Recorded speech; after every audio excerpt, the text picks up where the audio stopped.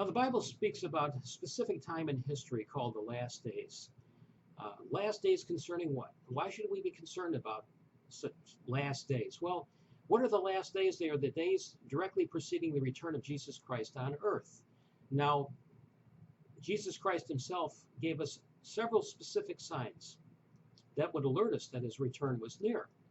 Now, we can find those signs in the four synoptic gospels, and specifically in Matthew's gospel, the first of the four, in chapter 24, where Jesus expounded at length with his disciples concerning what the world would be like directly preceding his return. Now, those who don't believe in Christ, and even those who claim to believe in Christ, many people who claim to believe in Christ don't believe this. But for those who do, here are the signs and see if they compare to what we're seeing today in the world. Now, he said, for instance, nation will rise against nation, kingdom against kingdom, meaning there will be wars and rumors of wars. Well, that's been going on since the beginning of time. Big deal, so what? Watch out that no one deceives you, for many will come in my name, claiming that I am he and I am the Christ. Again, it's been going on since the beginning of the church age. Big deal, so what? But then he got very specific.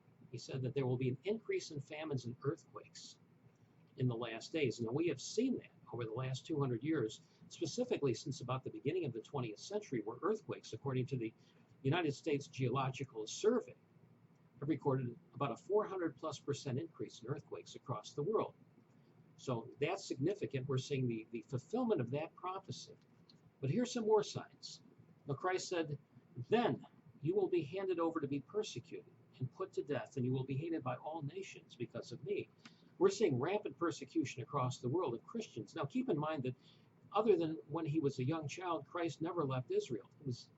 His ministry consisted of 3.5 years. Now, that's an amazing prophecy and a coincidence if he's not the Messiah, when you consider that his followers are being brutally persecuted across the world, in Africa, Asia, Middle East, Eastern Europe, and now here in North America.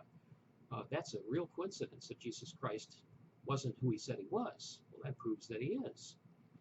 And he also said this. He said, at that time, many will turn away from the faith and will betray and hate each other, and many false prophets will appear and deceive many people, and because of the increase of wickedness, the love of most will grow cold. Now, what did he mean by that? Well, he meant this, that many people would leave the faith, Christianity, in the last days. Their love would grow cold for God. They would become lovers of the world and of themselves. There would be an explosion of evil and wickedness across the world. And now, crime statistics bear that out. Since the late 50s, early 1960s here in North America and much of Western Europe, we've seen crime explode across the world. We've seen many people abandon the church. Now, America in the early 1950s had more Christians and more churches with less population than it does today. America has lost 8,000 churches and 25 million members since the early 1950s, despite the fact that America's population has more than doubled since the early 1950s. So the population is increasing, and yet the Christian population is decreasing. We're seeing a fulfillment of that, of Christ's prophecies.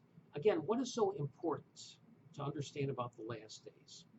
Well, when Christ comes back, he's going to judge the world. And all those who are living in rebellion against God, have turned their backs on God, or worshiping false gods, or just living in sin and debauchery and evil and depravity, they're going to pay a very heavy price when Jesus Christ returns. So this is why Christ warned us concerning the last days. All the signs tell us now that the end is getting very close. We are living in the last days, but there's a beginning, a middle, and an end. And we're probably in the middle of the last days right now. We still have to see the rise of the Antichrist. That is yet to come. That's still somewhere down the road. The building of the new Jewish temple in Jerusalem on the Temple Mount, that's going to be something that only the Antichrist himself could accomplish. Anybody try to do that today, and that would, that touch off an explosive war in the Middle East. So there are events we know as Christians that still must take place before the end is near, but we are seeing specific signs that we're living in the last days, and it's important for us as Christians to be ready for Christ's return, because he could come at any moment. He's going to come first for his church, take his church out of the world. That's an event called the rapture. And then he's going to come back, and he's going to judge the world. and it's going to be a very, very difficult and harsh judgment for those who are left behind. So, for those of you who are contemplating confessing Jesus Christ as Lord and devoting your life to Him, I say do it right now. Devote your life to Jesus Christ, because things are going to get a lot worse, and you don't want to be left behind when Jesus Christ comes to judge this world. Time is close, the signs are there, and it's inescapable. We are living in the last days. Thank you again, and God bless.